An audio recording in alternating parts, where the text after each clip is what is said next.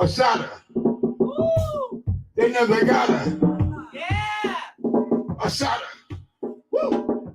They never got her. Assata. They never got her.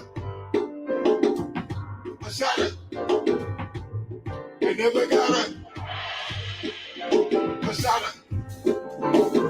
They never got her. Whoa, Assata. They never got her. Assata. Ah! They never got her. Got away. Assata. They never got her. Assata. They never got her. Assata. They couldn't find her. She got away. She got away. When the day they couldn't find her. She got away. She got away. Brand new day. They never got her. Assata. Never got her. Assata. They never got her. Assata. They never got her.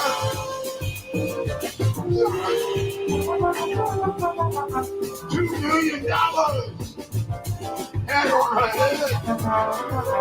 Tried to kill her. She couldn't be dead. They never got her. Assata. Never got her. Assata. They never got her. Yeah. Assata. Woo.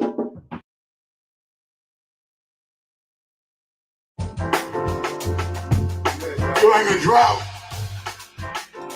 in a storm, she was uprooted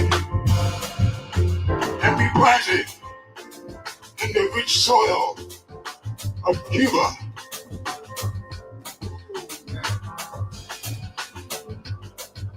Where the Orishas nurtured made her stems stronger. Filled the air with a fragrance.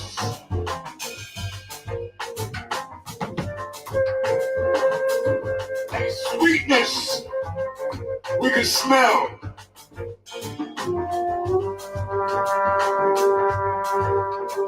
Making the beast choke.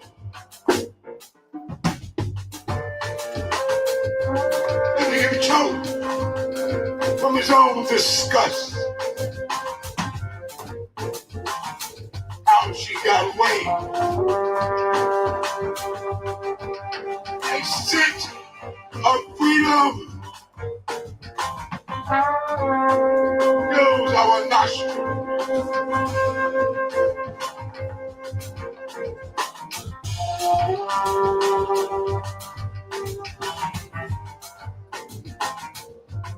A scent of freedom fills our nostrils when we think about Assata. Escape from the belly of the beast. The thorns of her rose were like daggers in the heart. His desire to devour. Made him bleed to death 1,000 times. Too many flowers have withered and died. Assata still blossoms, believing in living in tricycles and rocking chairs, in the innocence of a child and the wisdom of the elders.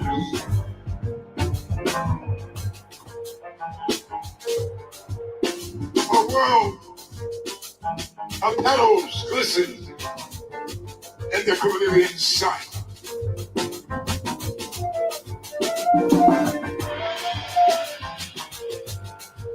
by your soul dances in rhythm to the congas.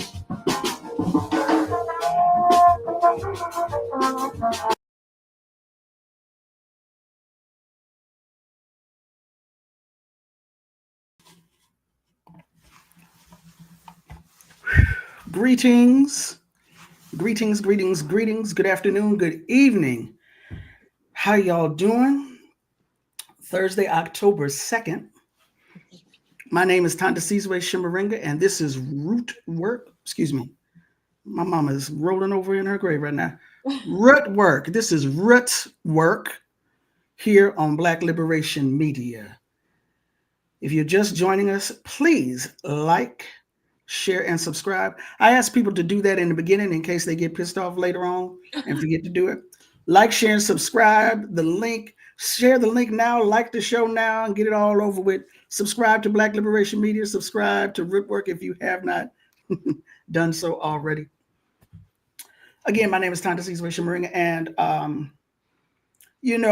our mama, sister comrade, queen mother, warrior queen mother, Assata Shakur, made her transition into the ancestral realm last Thursday. And so many of us have been doing commentary and tributes and interviews, shows, etc. And I was going to sit back and let other people do it. And then one of my elders was cussed me out the way only an elder can. And I said, all right, let me go grab these two sisters real quick who I've been wanting to chat with anyway. Jalessah Òșúnkémi and Brooke, Obie. Unfortunately, Brooke, Obie had to back out at the last moment, but she will be back. We love having her analysis and commentary. And Jalessah Òșúnkémi is someone I've been wanting to speak with for a while, primarily because of an essay she wrote. And I want you to forgive me. Your pronouns are they, them. Is that correct? Yes. Oh, I'm gonna need you to speak up just a little bit more. Okay. Can you hear me? Can y'all hear her? I'm not hearing her that well. You can't hear me? I mean, I can. It's just not as loud as I would like for it to be. I'll try to project. Okay, there we go. Now, I came across you as a reproductive health and rights worker. Mm-hmm. And also you are the founder of the Decolonial Feminist Collective, doing critical readings, critical study, critical analysis around various concepts and texts. Mm-hmm. And so I've been following you for a while. I wanted to get you on the show for a minute, but you've undergone some transformations most recently. Mm-hmm. And I felt it was even more important to bring you on the show to talk about it in light of Mama Assata Shakur's passing. Now, real quick, before I throw it over to you, I just want to say a brother of mine, Kwadwo Jossi in New York City, wonderful photographer, that was his video of Abiodun Oyewale of the Last Poets in a set last week, paying tribute to Mama Assata. I wasn't, sometimes you can download stuff from Instagram. I was not able to download it. I was not able to call him and ask for the video. So if it looks bootleggish, okay. All right. I would love to have had the actual video. I'm gonna ask him for the video, but at any rate, that was his work, his videography of Abiodun Oyewale of the Last Poets, paying tribute to Assata in a wonderful jazz set last week, and it had me back here grooving. I don't know about y'all, but at any rate, So the Decolonial Feminist Collective, you engage in critical analysis. You've engaged in a lot of what I would say are Marxist-Leninist texts, authors, organizers, activists. And then you went to Brazil. You went to Brazil first. You made some observations there. And then you came back from Brazil, took a little moment, did whatever. And then you went to Nigeria and became initiated into Òșún. Is that correct? And if I'm not mistaken, you've had some more initiations. But let's talk about this essay that you penned before your initiation, but after you came back from Brazil. I have not subscribed to your Substack just yet. If you could give me I can put it into the chat. It's on your Substack. What is the address of your Substack? It's called Decoloniality, but TEA is the spelling. Decolonial ITEA. Yep. And was that at Substack or .Substack? Substack. Good question. See, I tell you what. Look. Y'all, the chat is undefeated. Somebody's gonna look up decoloniality, TEA. .substack.com. That's Substack. And hopefully, okay, I don't know if they can click on it. I don't know. Like I said, the chat is undefeated. Somebody over there will handle it.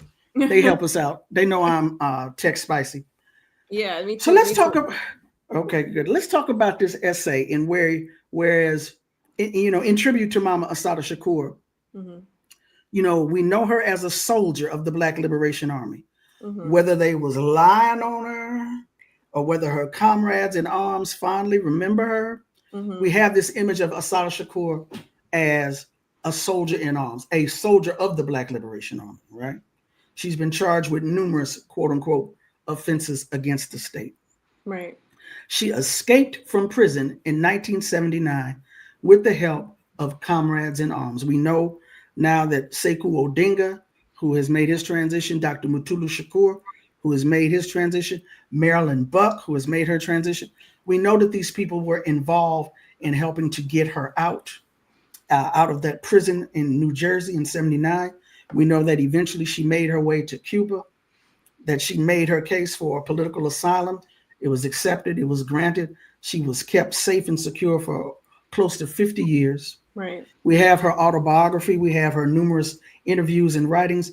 And then we had the film by Gloria Rolando, Cuban filmmaker, Eyes of the Rainbow, in which Assata talks to us about her story, her life, her living there in Cuba.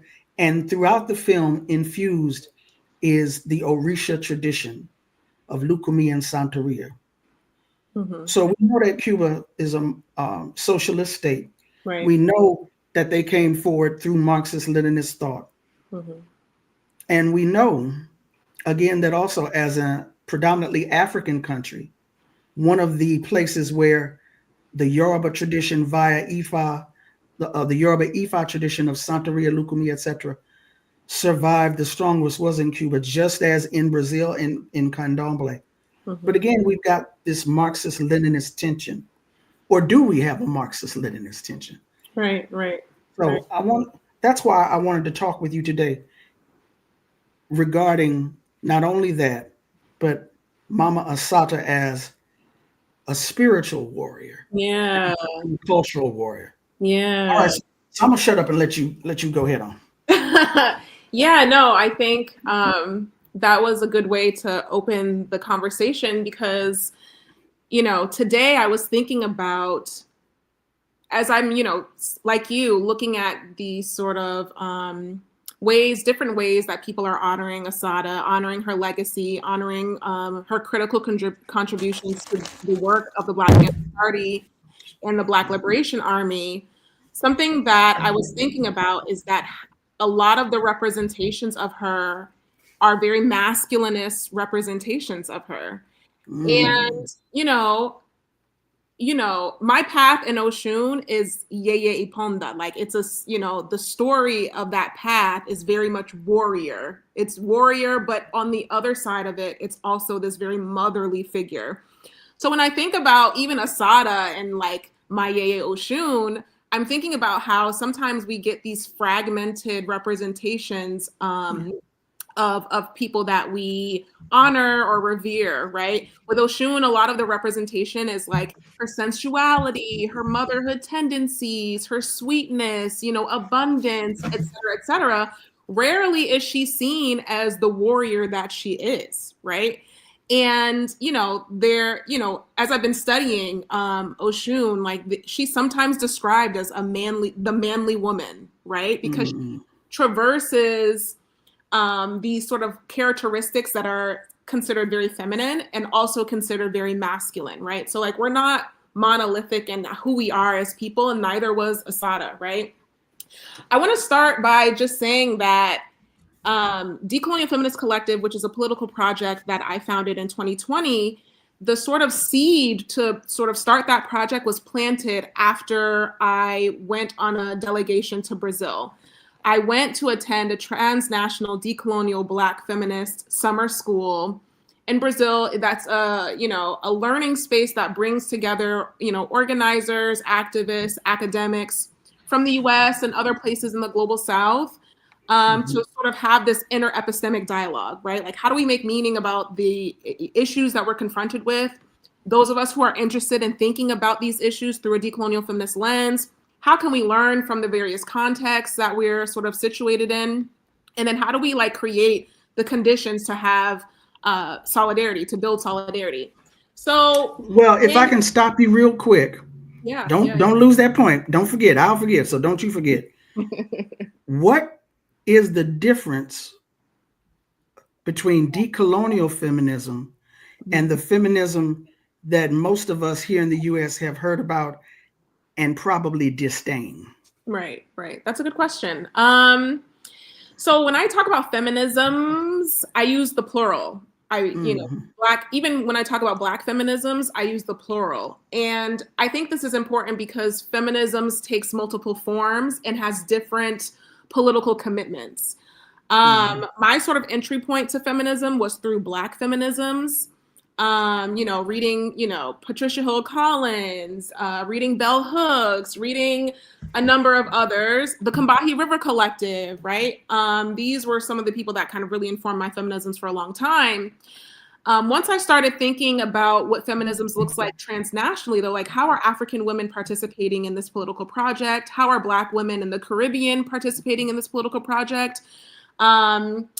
It became more increasingly important to me to think about the role that imperialism plays in shaping a feminist politic. And decolonial feminisms is a political project, an ideology that thinks about cis heteropatriarchy, of course, but it's also thinking about the role of Western democracy and US imperialism, Western imperialism, and also epistemic violence, right? And so those are some of the primary differences. I had a conversation last year on Millennials Are Killing Capitalism, where I talk more specifically about imperial feminisms versus decolonial feminisms, which I go into that a lot more. But on the most basic level, decolonial feminists emanates from the global South. Maria Lugones coined the term decolonial feminism, and it addresses the coloniality of race, the coloniality of knowledge, the coloniality of gender, the coloniality of being, right? Like even the idea, this dichotomy of human, non-human, right? Male, female, right? And I think, my spiritual practice is also kind of lifts up this idea that being in right relationship with the earth is something that's important, right? So these are some of the concerns of decolonial feminisms, like environmentalism, like how are we taking care of the earth? How are we in relationship with non-human beings, right? Like these are some of the questions that I think expand the political project of feminism, or US-centric feminism, or Western-centric feminisms. Yes, and I noticed that Assata refers to that a lot, about how we have to be weapons of mass construction, because the people who are running the planet are destroying it. So she talks about the need for social and economic systems that are going to take better care of the planet, better care of the earth. You can hear what we would commonly call the environmentalism in her words to us, in her message to us, and how that is as an important part of her message to us as a change in the economic system, as a need for socialism and communism. Yeah. Now, did you remember that last point? Because I'm gonna go back to it, I think. Okay, I was just gonna say, to that point, in the documentary Eyes on the Rainbow, She talks about that being instilled in her from her grandmother, who Right. owned businesses, by the beach, the only beach that Black people could go to, right, in the segregated North Carolina. But she talked about how it would enrage her grandmother to see people littering, right? Like, why couldn't they hold that trash in their hand until they got to a trash bin? So from childhood, she's kind of brought up to have this respect for the environment. And that was something that was instilled in her by her elders, right? And so it makes me think who had a relationship to the land. Right, who had a relationship to the land, who inherited land from their indigenous great-grandfather or grandfather. So yeah, I think, it's important to think about the breadth of her concerns, right? Thinking about how that also included the land and how we treat the land and the environment. So yeah, I was talking about like why Decolonial Feminist Collective like even exists, and part of that being informed by this delegation that I was on in Brazil, where I got to learn from organizers on the ground there who were organizing against police violence in Brazil and violence against women, so feminicidal violence in Brazil. For those who might not know, Brazil has the second largest Black population in the world, right? And it's second only to Nigeria. Brazil's a very Black country. And 82% of the people killed by Brazil in 2023, for example, were either Black or Pardo, so mixed race, Black or brown, mostly Black.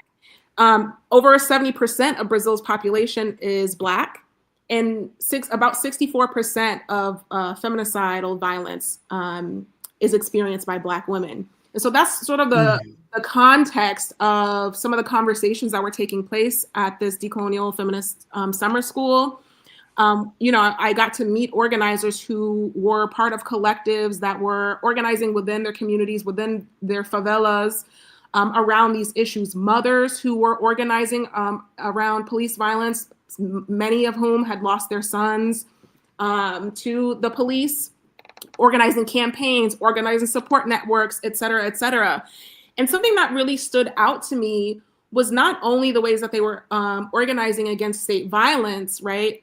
And genocide against Black people, it was also the components of their practices beyond the organizing against state violence, right? Like, what were the practices that were grounding them, that were helping them to create support networks? And, part of that school was to introduce us to the spiritual practices of these organizers, many of whom were initiated priestesses, right? And so it brought to me, at the time, I didn't have a religious practice. I didn't grow up Christian, going to church. Like, I was curious, so I would have Bible studies when I was in like middle school and high school on my own accord. Like, my mom didn't make me go to church, but she was like, okay, like, you should learn as much as you can learn. And I've always been an intellectually curious person and had questions that, could not always be answered.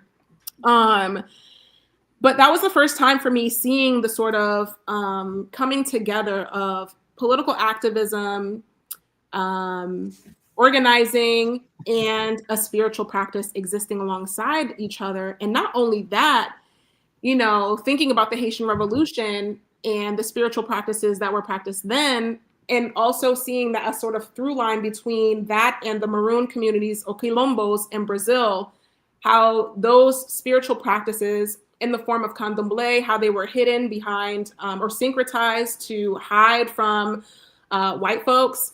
That was sort of, discussed with us as something central to the organizing praxis.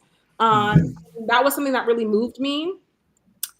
Thinking about Brazil and the United States having this sort of mirroring happening where, we experience, Black people experience police violence in the United States, are killed by the police with impunity.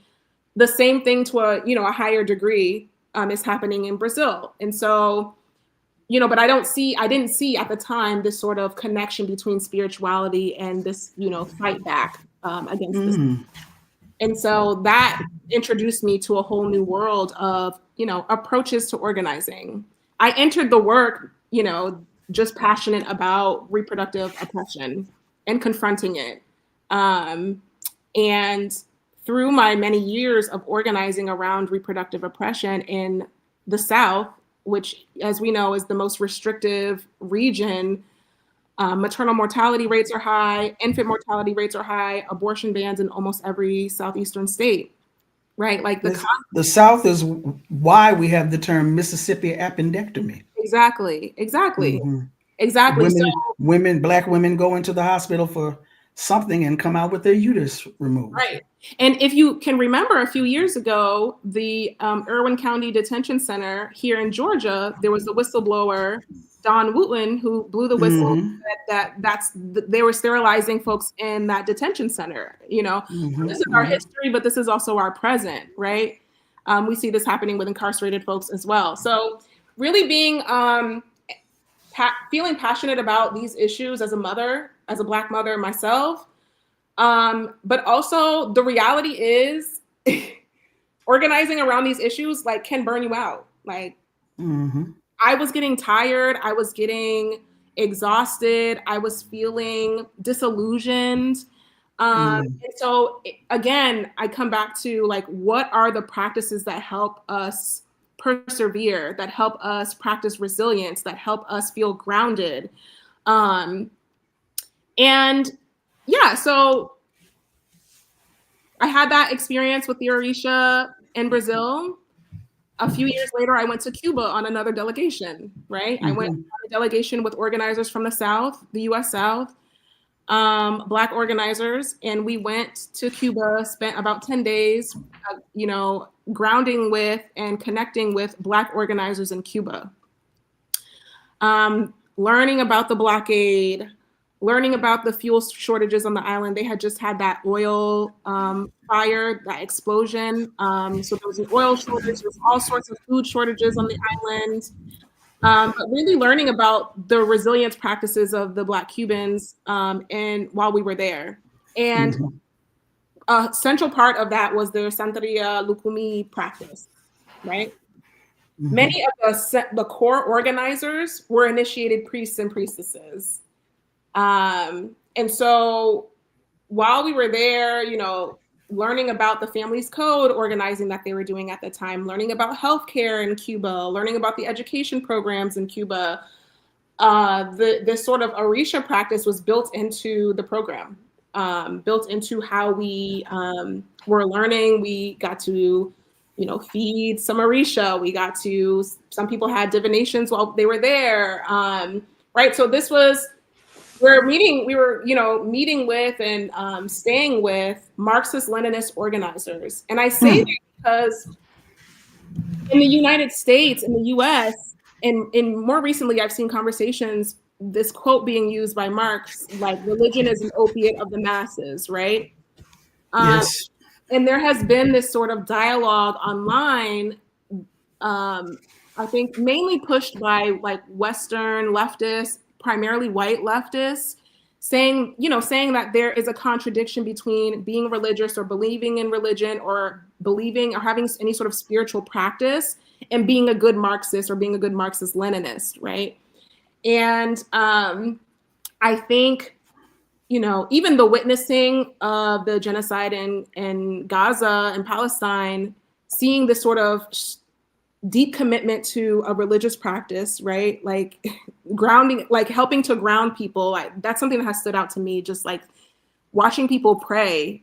And even when they experience loss, the loss of their children, the loss of their spouse, the loss of their parents, like saying, like having this deep reverence for and belief in a higher power.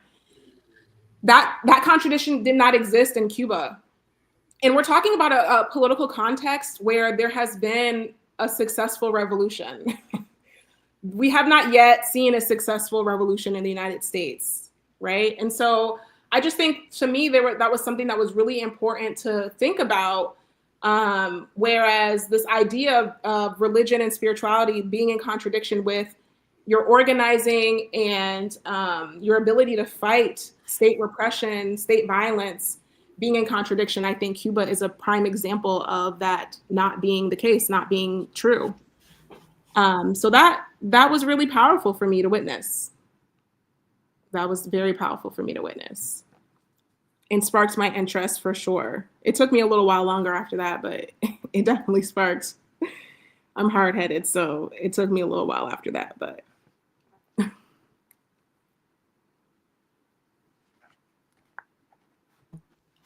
I want to apologize. This happens every now and then. Mm-hmm. I'm talking with someone, I'm interviewing someone, and they'll say something, and I'll be like, wait a minute. And so I'll drift and be like, okay, let me see if I can go find it. I found it. Hold on. Because what I tell you, while let's take a break real quick. Okay. Because this is the meat of what I wanted to get into. And for those who are not into meat, the mushroom or whatever, the tofu, whatever y'all do. I'm going to play this piece by Baba Askia Touré. Askia Touré is one of the poets, architects of the Black arts movement. He was a member of SNCC during the late 1960s, but not just a member of SNCC. He was a member of the Atlanta Project of SNCC, which wrote this paper, which led to all hell breaking loose. I'm giving y'all the quick version about why do we have white people in SNCC. They really need to go and organize in their own communities. Let me play this real quick and get this other clip ready for y'all. So I'm telling y'all, this is, yeah. Yeah. Okay. Hold on. Just hold on 1 second.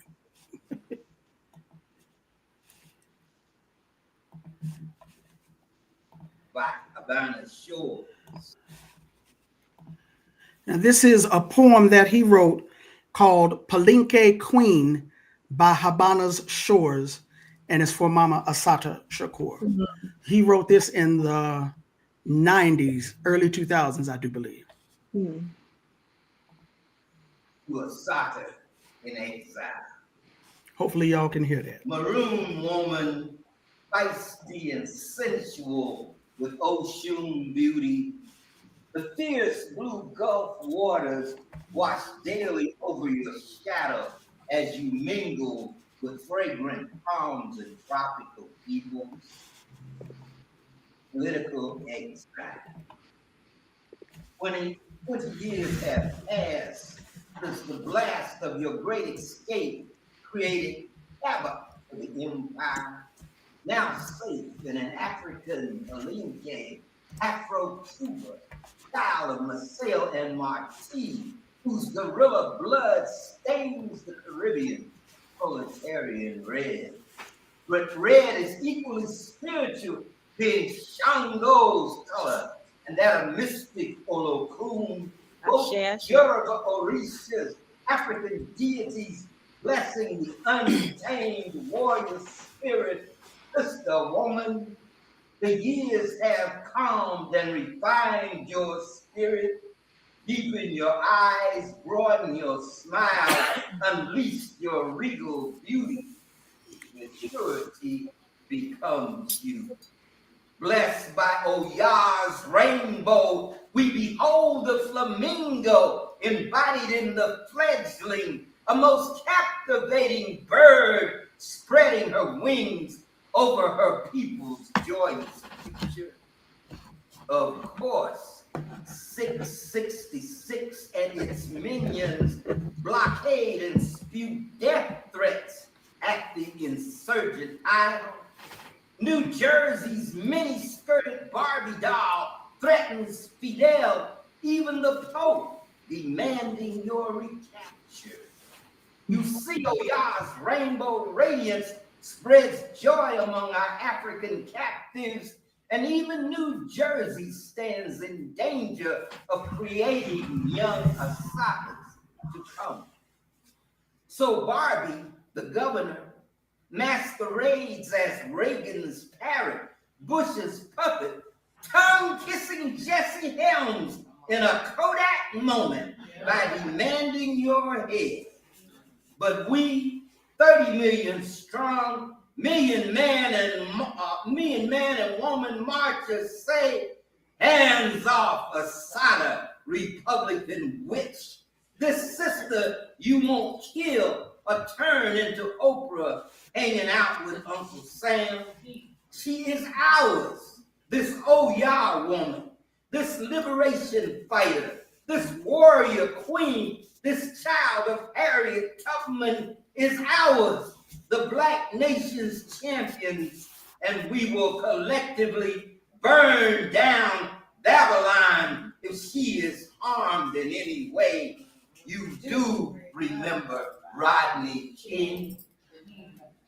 So nights in Havana are rhythmic with Afro-Cubano accents, and friendships diminish time's tyranny. Oh, how we wish your brilliant strategies could lead us, but realize that only revolution will bring you home. So bless us, sister woman. Keep us in your heart. Sing victories at Bimbays and strategy sessions while we, quote, carry on the tradition, unquote, as militants raise new African banners over Babylon, chanting your name and your song while we liberate this wretched land. Ashe. We're going to come back to Sekou and Baba Mutulu later on. That was Baba Askia Touré, one of the architects of the Black arts movement, member of the Atlanta Project of SNCC, reciting his poem on Mama Assata Shakur called Palenque Queen from Havana Shores. I wanted to include that because I lived in Atlanta for about 4 years at the same time as Baba Askia. Very approachable, wonderful brother. And we went out to lunch one day. You know where Chanterelles is? Oh my God. All right, never mind. Anyway, we went to Chanterelles in the West End. Is it still open? I think so. I haven't been there in a while. Okay. But okay. I used to live over there. Soul food, well-known soul food joint in the West End of Atlanta. And we were talking. I don't remember the entire conversation. I don't remember what led to this moment. But Baba Askia said something, and like I said, this was in the 90s, that has stayed with me all of these years. It was an offhanded remark in the conversation, but it stuck. And, you know, he has a way of talking similar to the way he recites poetry. He's like, yeah, such and such and such and such, and blah, blah, blah, blah, blah. And then he said, well, half the BLA was Muslim or Yoruba, blah, blah, blah, blah, blah, blah. And I was like, At the time, I didn't know what he was talking about, but I guess my Ori did. I guess my indwelling spirit did, because it stuck like glue, and it's been there all this time. Half the BLA was Muslim or Yoruba. Okay. So yeah, the integration of resilience practices in Candomblé, or in Brazil, excuse me, and in Cuba. When we talk about the Black Liberation Army, when we talk about Bashir Hamid and Abdul Majid and Jalil Muntakim and Nur Abdul Qayyam, Albert Washington, we also talk about Mtayari Shabaka Sundiata and Sundiata Akoli and Sekou Odinga and Lumumba Shakur and Zaid Malik Shakur and Safia Bukhari and Afedi Shakur and Assata Shakur, and it's so many more. The Olubala tribe of the Black Liberation Army with Kimu Olubala, Rima Olubala, Changa Olubala. I was like, wait a minute. You sound like Muslim and Yoruba names, Kuwasi Balagoon. Right. A Khan and Yoruba name. Yeah. So it was almost like that full circle moment. Yeah. The other thing, real quick, years ago, Kathleen Cleaver. I want to tell this story. And then I found this other clip of Kwame Ture speaking. I want to play that too. I'm not sure how long I can keep you today, so I'm trying to get it all in. But anyway, Kathleen Cleaver came to Los Angeles to speak several years ago. And it was an opening of an exhibit of photographs. One of the Panther photographers, a couple by the name of Perkle Jones and Ruth, I can't remember his Ruth name, but they were married. Her name was different. It wasn't Jones. But at any rate, a lot of the famous photographs of the Panthers in Oakland that we've seen came from them. And she was narrating the context behind some of the photographs. And at the end, it was question and answer. Someone asked her, thinking back, what would you do differently now as opposed to then. And she said the question of spirituality. Yeah. She said that there was a young sister in the Panthers named Ann. And she said Ann would get up early to feed children in the breakfast program.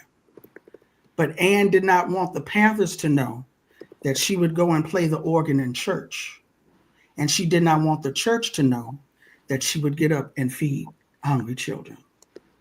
So that question of what keeps us going, resilience, and you're in a Black Liberation Army and you're Muslim or Yoruba. Right. Now, I found this, like I told you, I'm trying to get it all in. I'm trying to get it all in. European culture, because of its historical development in relation to religion, we say they can discuss atheism, but in Africa, you can't discuss atheism. Hold on, we're gonna take this back for a minute. I came across this clip of Baba Kwame Ture a while back, and I had to snatch it up because as you were talking about the Marxist-Leninists, who are primarily white Marxist-Leninists, talking about what is good Marxist-Leninism, who is a good Marxist-Leninist, basically continuing the Eurocentrism of Marxist-Leninism. And I'm not going to fault Karl Marx for being Eurocentric. He's a European man. Yeah. But, you know, it's part of that whole cultural imperialism, right? Right. That arrogance and that white supremacist attitude that refuses to acknowledge the primacy of race, even though it's a made-up construct. Race might be made up, but racism is real. White supremacy is real. So that refusal to look at things from our perspective. Right. I saw this clip of Baba Kwame Ture speaking, talking about the importance of culture and analyses arising from your own culture. You know, I am of the position that Marxism is a tool of analysis. I do not embrace Marxism-Leninism as a cultural outlook. Correct. Or as a complete framework to view the world, but it is a tool of analysis. Right. This is what I want. Prayerfully, hopefully, you all can hear this. Listen to what Baba Kwame Ture is saying. Because of European culture, because of its historical development in relation to religion, we say they can discuss atheism, but in Africa, you can't discuss atheism. In Africa, the people are believers. They are deep believers. And not only are they deep believers, their religion has not been alienated from their struggle for freedom, as in Europe. Their religion has been part and parcel of their struggle for their liberation. I mean, Martin Luther King was a minister. Don't forget, so was Malcolm X. And so wherever you go, you will see hand in hand, religions are used as a means of opposing the devil. In the area under discussion now, where war is going on, the Muslims there use their religion as a powerful weapon against the enemy. So in Europe, where religion has been used as the opium of the masses, this is not true for other areas outside of the world. We are just giving you clear examples of why you must have a clear understanding of your culture, and that you must know your ideology comes from your culture, and you cannot take the ideology of others to be yours. For a long time, we have been saying that we were not Marxist-Leninists. We were attacked. The reason we were attacked is because they thought that Marxist-Leninism and socialism meant the same thing. And not only that, the only way you could arrive at socialism was through Marxist-Leninism. And many people had this discussion with. I remember as a young man in Vietnam with its top leadership. When discussing, they said, well, comrade, Marxist-Leninism is the only way. I would tell them, well, I must be honest with you. I have certainly read it. I have studied it. I know it. I keep studying it. I will study until I die because I know Marx, Lenin, and Engels were great men. But somehow, honestly, with you, I cannot tell you that I accept it as part of me. Though I know I'm as revolutionary as any Marxist-Leninist. We've been fighting it for a long time. We said, we've been called reactionary and counter-revolutionary. But we knew that Marxist-Leninism didn't come from our culture. We knew it instinctively. Matter of fact, even the errors of the Communist Party, USA, in this country, organizing the South, showed it. When they went to the South to organize, they tried to tell the people that not believing in God was a fundamental aspect of the struggle for freedom. Do you know the only place they could organize was in the church? That's the only place they could organize. Even when I went to the South in the 1960s, the only place we could organize was in the church. Could you imagine me in the church telling the people that before we fight, we must deny the existence of God? Those old people that used to tell me, son, if God is not leading this movement, we ain't going nowhere. Yeah. So. Yeah. I see we have a Marxist Leninist in the comments. I'm sorry, you started to say something? No, I was just thinking about, the point around culture.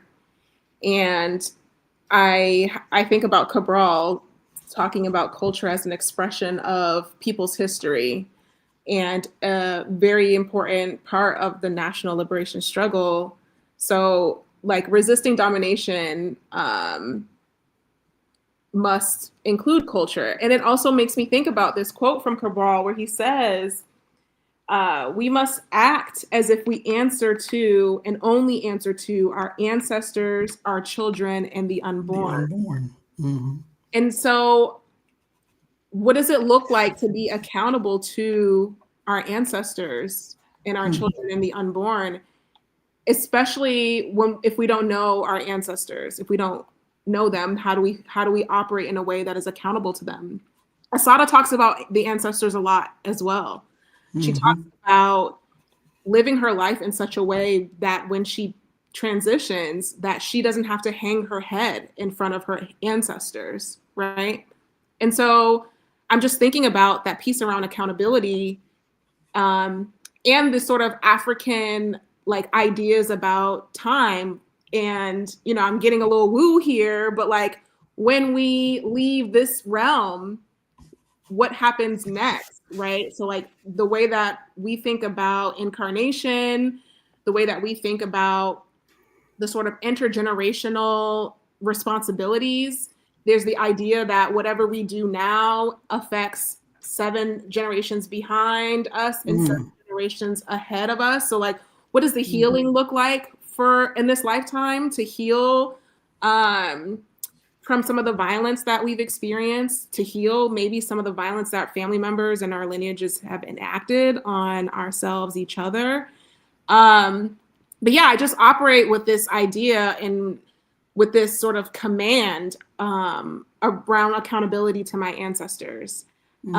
Before maybe a couple years ago, I've always had they've always been with me, but I haven't always acknowledged them, their presence in my life and the ways that they've guided and protected me, right?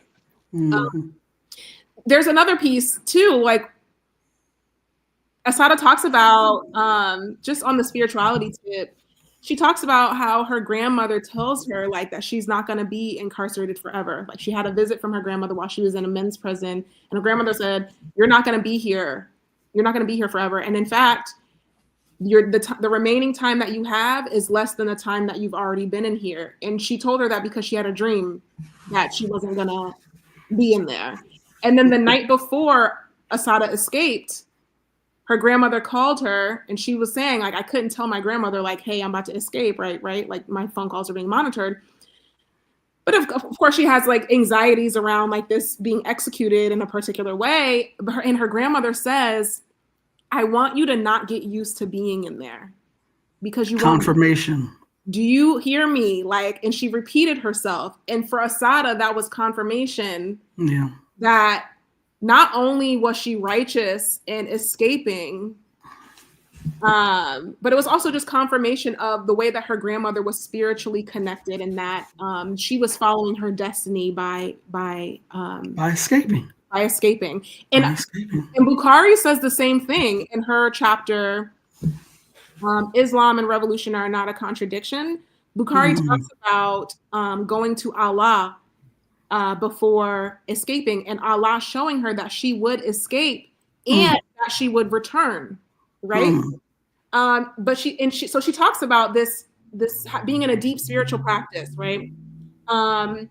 Also around the sort of mandate to struggle as it relates to spirituality, Bukhari talks about jihad, right? She talks about internal jihad, like struggling to resolve the contradictions that we all carry personally, like the ways that we operate in our day-to-day lives that are in contradiction with what we believe and the world that we're trying to create. She talks about the jihad amongst your family. How are you in relationship with the people closest to you, right? Like when the people in your organization are not around, like how are you embodying your politics in real time amongst your family? And then the external jihad, right, with your community, your larger community. What is your commitment to improving the material conditions of your community? And she talks about this as a requirement of her religion, right? And so, you know, when you say half of the party was Muslim, half of the party was Yoruba, and some people probably was both. My EI is Muslim, and you know, she got 10 initiations. So this way that we think about things and this like dichotomous nature, like this or that, doesn't really flow with how our people have existed for a very long time, and can block us from accessing these spiritual technologies, in my opinion, that we need so critically in this moment, because the war that we are fighting, and I'm not using war metaphorically. I understand. Like the way that there's that article, decolonization is not a metaphor. War is not a metaphor, right? The war that is being meted out, that the state has declared on the people, Black people in particular, is not just material. It's material, it's social, it's spiritual. According to the reports I've seen, ICE and other military forces in Chicago, they've been on the ground in Chicago, but the other day they came with a Black Hawk helicopter and rappelled down either to, I don't think it was a project, but it was an apartment building, and were breaking indoors, breaking out removing children and folks and putting them in a van of some sort. Separating them from their families, separating them from their parents. This is not metaphorical. Yeah, this is not metaphorical. This is not hyperbole. No, not at all. This is happening. Yeah. And so how are we prepared? How are we preparing ourselves to mount a real resistance to this war? Right? And I think there's, of course, the ways that people talk about tactical training, defense training, arms training, right? What is the training that we need on the spiritual side, right? Because what we do know, right, is that folks in the Black Panther Party and Black Liberation Army, they were considered veterans based on the experiences. They were prisoners of war, right? What does that do to a person's psyche to be in solitary confinement for years upon years upon years, to not have the nutrition, to not see the sunlight, to not interact with other human beings, right? This takes a toll on a person. And so one of the things, I recently saw a clip from Eddie Conway, who was a former Black Panther. He's still, actually, I don't know if he passed. He made his transition a couple of years ago. Yeah, he passed, but he talked about how, some former party members years later they didn't cope well, and they didn't have a spiritual practice that helped them cope. And so they turned to, drug use and things of that nature because of the traumas, they had PTSD. And so I think about that as it relates to our movements today. One of his things was like, we should have had better spiritual practices, healing practices and things of that nature. So us studying, the sort of strengths and weaknesses of the party, what can we do to prepare ourselves today? How can we develop spiritual practices to help sustain us? Because we know that this struggle is a long-term struggle. And so we're going to need resilience, right? Like it's not something fortification, resilience. How do we nourish one another, nurture one another? And as a defensive thing too, like from the metaphysical, the metaphysical can protect you in the physical, right? So like, what are the ways that we're utilizing our spirituality to protect us? I'm getting a little woo here, but like, no, because I'm coming right behind you. Oh, that's going to divert certain things from happening to us. So check this out, and this is for you and for you watching, and for those in the chat. The chat is undefeated. I'm gonna put this out here. They tried either over 600 times or over 800 times to assassinate Fidel Castro. Yes. Over 600 times or over 800 times. I can't remember the number. I just know it was a triple digit to assassinate Fidel Castro. Assata Shakur was 90 miles away. Yeah. You could have reached out and touched her. Mm-hmm. She lived to be 78 years old, almost 50 years on that island. Right. And they didn't get her. What did Baba say? Assata, they never got her. Yeah. Let's go back to 1959, the Cuban Revolution. Mm-hmm. What is it? So Fidel comes to the United Nations. He gets put out of some hotel, or they leave some hotel, the Cuban delegation. They end up getting into the Hotel Teresa in Harlem, thanks to Malcolm X. We should have all seen that photograph of Fidel and Malcolm together. Mm-hmm. But I want you to go chat. Y'all got homework, chat. Go look up the news reports from that time mm-hmm. of when the Cuban delegation came to Harlem. I don't remember the name of the paper, but if you look hard enough, you should see one of those news reports talking about, why do these Cubans have all these chickens in their hotel room? Why do they have all of these chickens? This is unheard of. What chickens? So many chickens in their hotel room. Now, y'all can take that any way you want. I'm not going to speak for Jalessah, Òșúnkémi, but I feel confident in saying Òșúnkémi and Tandazizwe know exactly why they had all them chickens in that hotel room. You can take that any way you want. I just put it before you. Yeah. Yeah. Yep. So, yeah, protection, spiritual protection. Queen Nani of the Maroons, it was said that bullets could not penetrate her. Mm-hmm. Right? She told the British soldiers attempting to send those Maroons back into enslavement, shoot your gun at me, I'm going to show you what happens, right?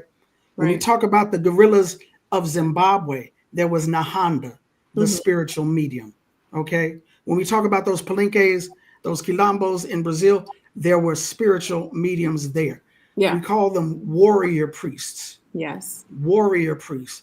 They don't, as Nana Kwabena Brown, one of the Akan priests in Washington, D.C., he says, these priests, they're not at the back of the formation shuffling shells and trading beads. Right. They're on the front line with the other warriors, protecting them as they go into battle. So, yeah, I think I saw one of the, warrior shrines. I saw one of the comments earlier where, what was the person saying? I forgot what they said. See, y'all got to forgive me. Yeah, but yes, warrior shrines, Leah, absolutely, warrior shrine. Yeah. Now, Leah, you know that is not how you spell fowls. Yes, I'm clowning you. You know that's not how you spell. We know what you mean. We know what you mean. We know what you mean. But that is not FOWL, my sister. FOWL. Absolutely used for rituals. So yeah, spiritual protection. If you're an activist for Black liberation, I highly suggest you get some type of spiritual covering. And if it ain't nothing but your grandmama praying for you. Okay, talk about it. All right, Assata's listen, between the island of Cuba and Assata's grandmama, they weren't gonna get her. And it may have been her grandmama more than Cuba. It probably was. They say, listen, a praying mother, and you know, in my tradition, the mother plays a very significant role in the protection of their children. Mm-hmm. Right? Mm-hmm. You know, the power of prayer is really, really, really the most undefeated, right? And so undefeated, right? Undefeated for sure. So, you know, when you go to get a divination, they ask, "What's your mother's name?" They don't ask about any other. They don't ask about your father. Jalessah, Omo, who? Who's your mother? No disrespect, Baba. No disrespect. And when we just saying these initiations, it's women Olorishas that are, you know, the only initiation where it's like the male priest is Ifa. Every other Orisha initiation, it's the Olorishas that are carrying out the initiations. And so when we think about the people who ensure that our cultural traditions survive, women play a very significant role. There's this very old book that I have on my bookshelf called Women and the Ancestors, and they talk about these traditions being passed down through women. I need that book. Oh, you have I need it? that book. No, I need that book. What's the author's name? I need that book. I'm gonna have to send it to you. It's not off the top of my head. I got you. My memory bad. I need that book. So, but yeah, you're too young. You're too young. Don't do that. Don't do that. I had COVID a couple times, so. But you know, and this okay.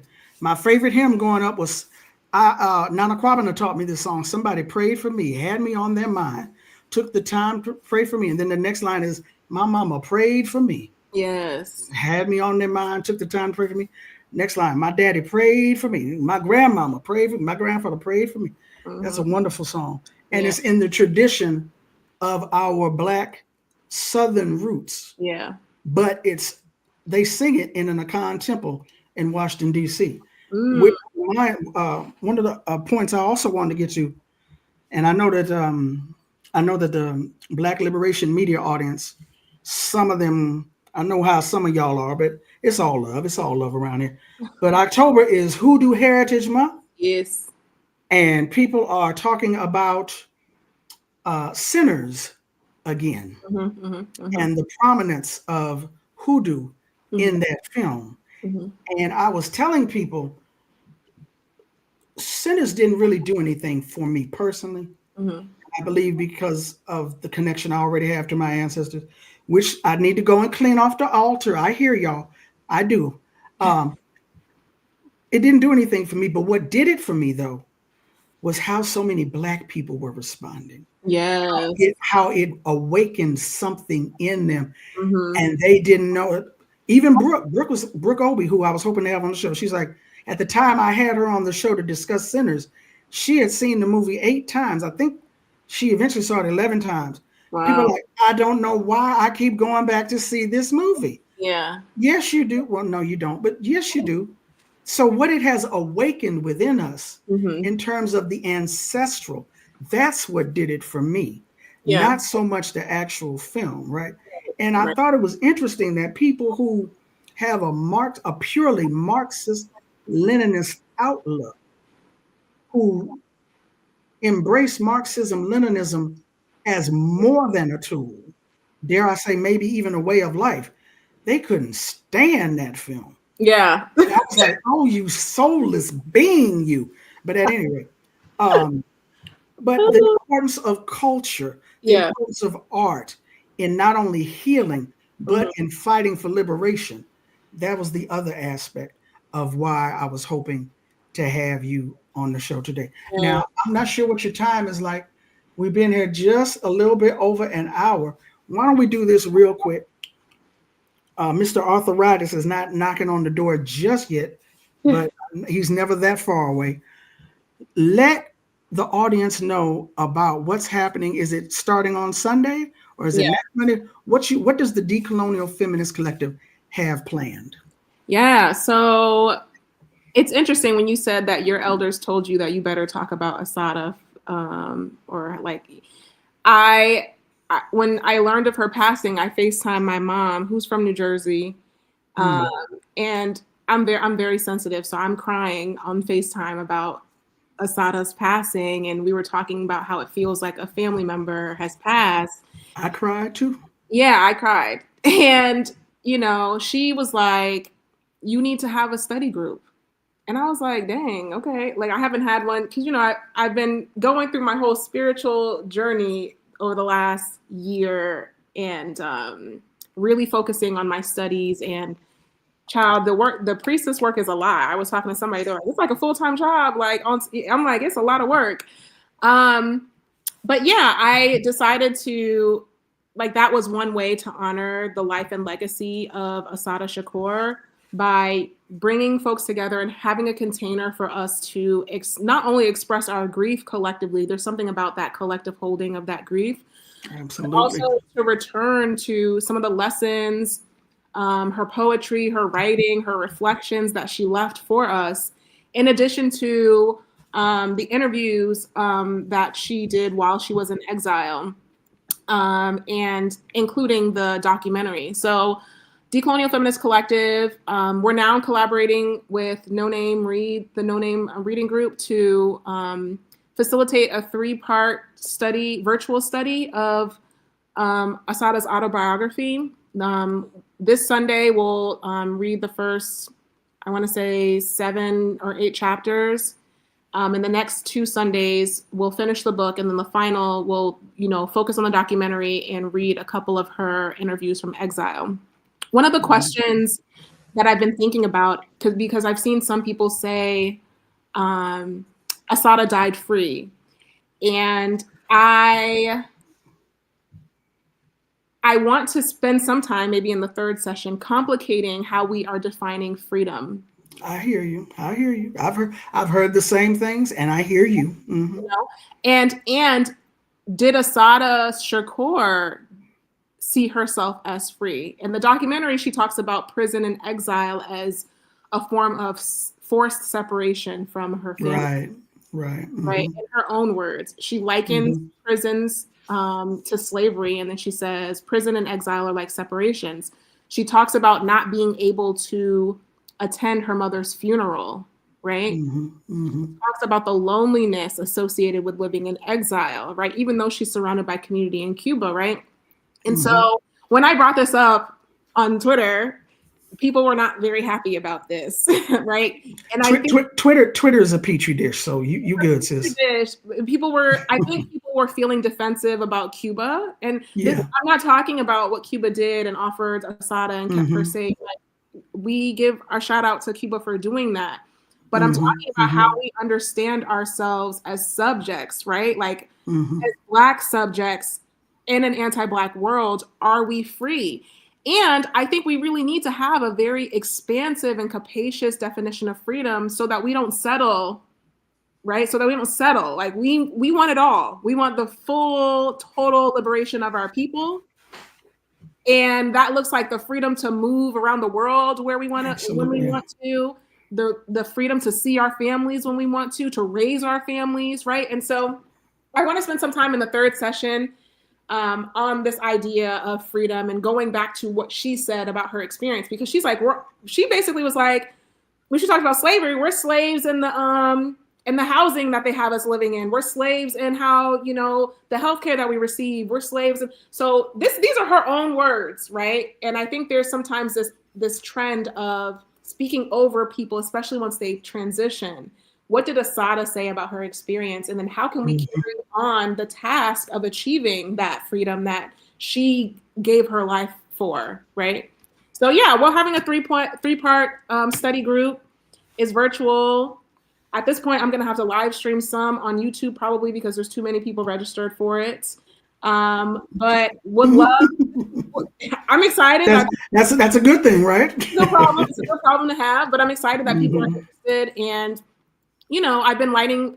I created a small little altar for her. I've been lighting a white candle for her and setting some water out for her. In my tradition, people are not ancestors as soon as they pass. There's a period in which they make their way back to Òřún. And one of the things that we can do on this side is to set out some water and to light white candles to help light the way for her transition back home. And so I encourage folks, if you feel comfortable with doing that, say some prayers for her, light some white candles for her, set out some water for her, and just speak positivity over her for that transition. Absolutely. And let me just throw this out here. I'm not an Akan priest.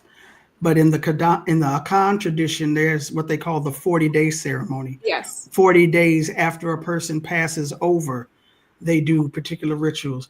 And I'm just throwing it out there. November 2nd, the anniversary date of Assata's liberation from prison. If my calculations is correct, that's the 38th day.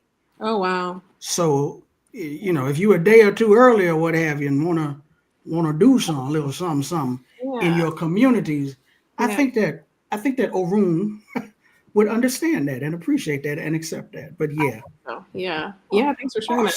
So if people, you said people was too many people have signed up. However, if they still want to get more information, if they want to follow what the Decolonial Feminist Collective is doing, or what you, Jalessah, Òșúnkémi are doing, how can they do that? Yeah, so you can subscribe to our Substack, decolonialfeministcollective.substack.com. We will be posting study groups there. Follow Decolonial Feminist Collective on Instagram.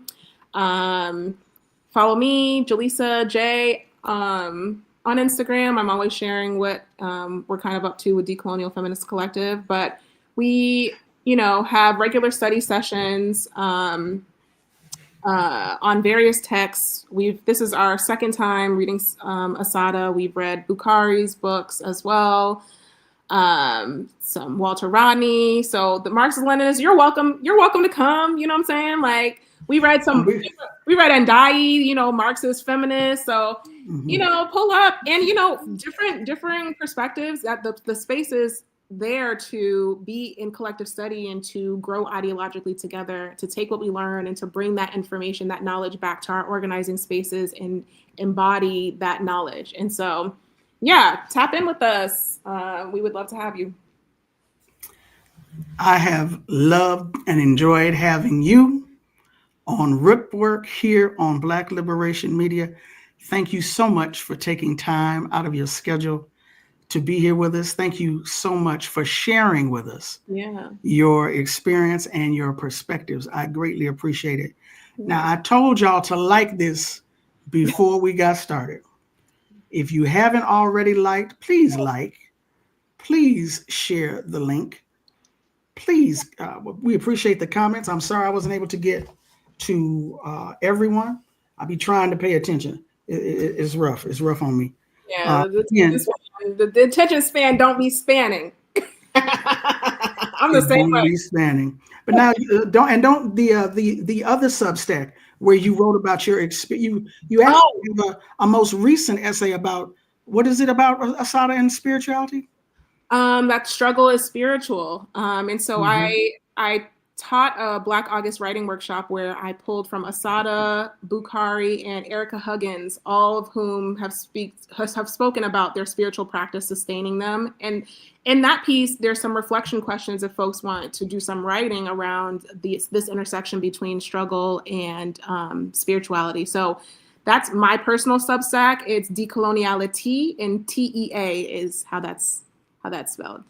Okay, so we've got your personal Substack. We've got the Decolonial Substack. Yes. You do have to rewind to the beginning. You shouldn't have got here late. No, I'm not going to chastise you. I'm just going to. Our chat is very, very loyal.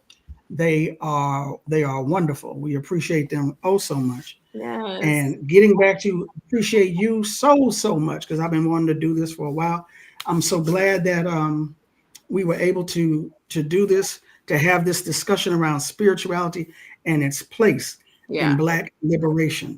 I did a piece a while back on Ifa. You can look it up. Y'all can look it up right here on Black Liberation Media, right here on Work, talking about Ifa and how we can use it in our day-to-day struggle and how the Odu supports the work that it is that we do. So hopefully more folks will be able to not only check that out, but if you've been feeling some kind of way about incorporating spirituality in your activist work, or if you've been feeling some kind of way about incorporating activism into your spiritualist work, it's okay.